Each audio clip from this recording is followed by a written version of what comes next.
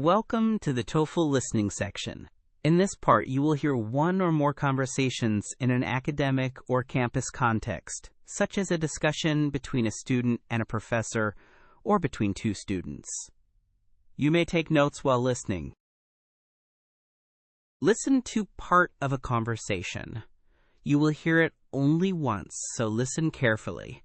After the conversation, you will answer questions about what you heard. Some questions will ask you about main ideas and details. Others will ask about implied meaning, speaker attitude, or how ideas relate to one another. Use both what is stated and what is implied to answer. Good afternoon, Professor Ramirez. Thank you for meeting with me during office hours.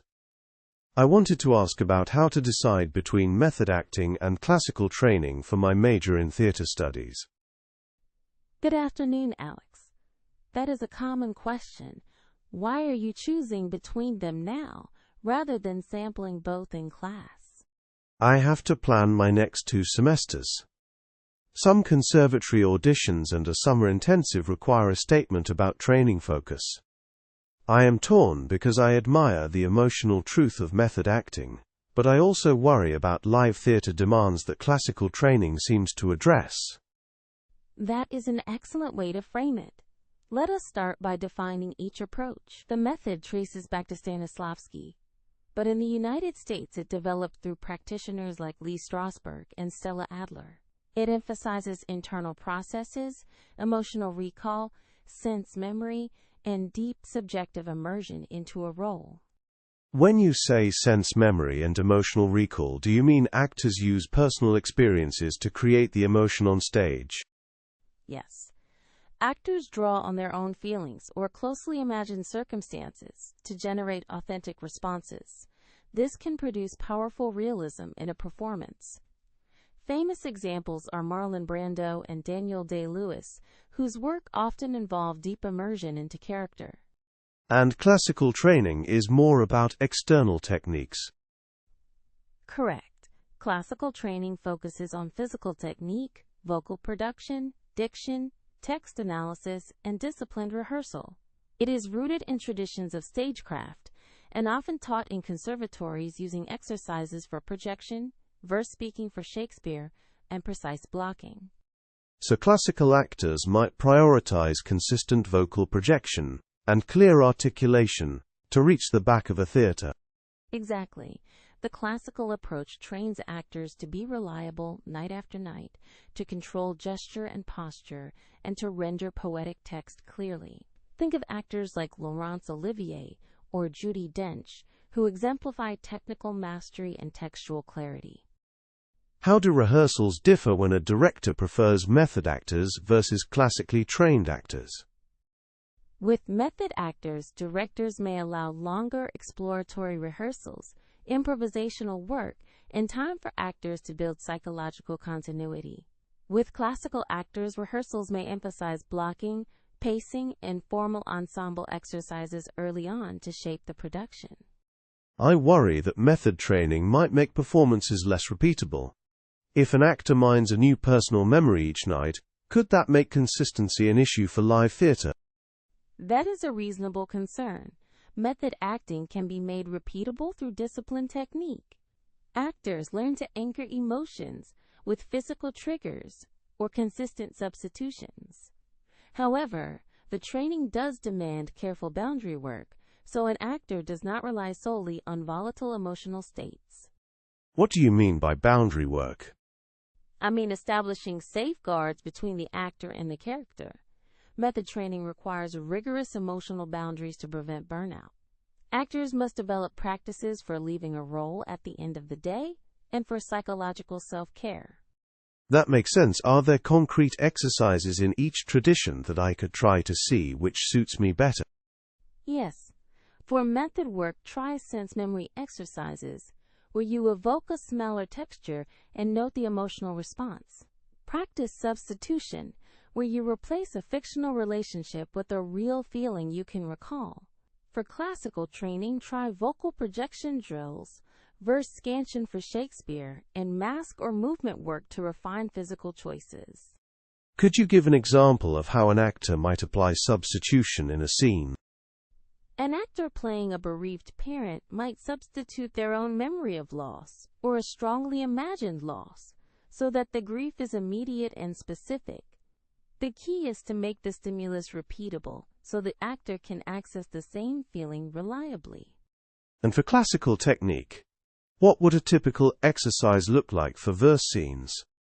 You would start with scansion to find stresses and rhythmic patterns, then practice breath support and articulation on the lines, and finally, experiment with dynamic choices that support the text. The goal is to honor the playwright's language while making strong physical and vocal choices. Is it common for contemporary actors to blend methods? Very common. Many successful actors draw on both traditions. They use method tools for emotional truth and classical practices for vocal strength and structure. Versatility is a practical advantage in casting for both film and stage. For auditions, should I state a preference or emphasize that I train in both? Unless a program asks for a strict focus, explain your primary training and then highlight complementary skills. Mention a specific exercise you use for emotional preparation and a concrete classical exercise for projection. That shows depth and range. You mentioned risks with method. Are there historical examples of actors struggling with immersion?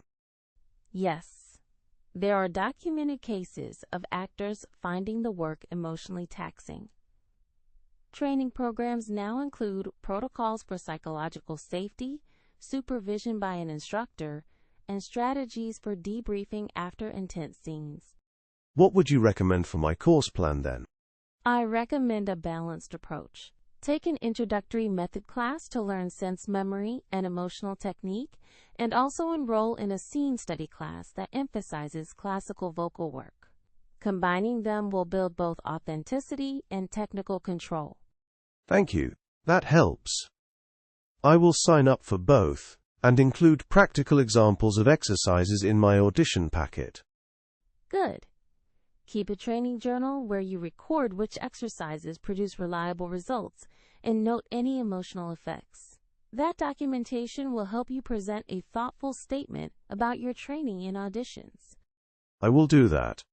Thanks again for the guidance and the specific examples of technique and rehearsal differences. You are welcome. Let me know how the classes feel, and we can fine-tune your plan next month.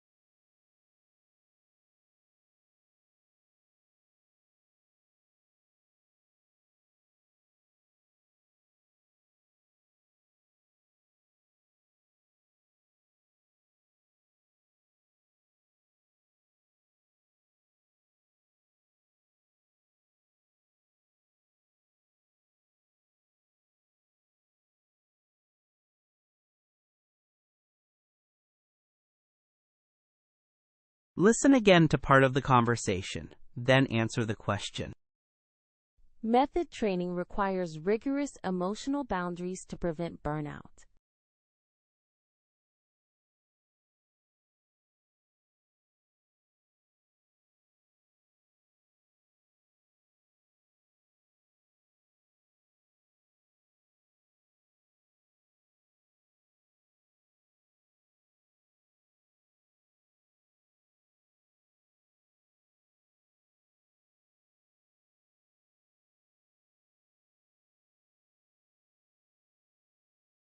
This concludes the conversation portion. For more TOEFL practice tests and study materials, visit Spinta.org.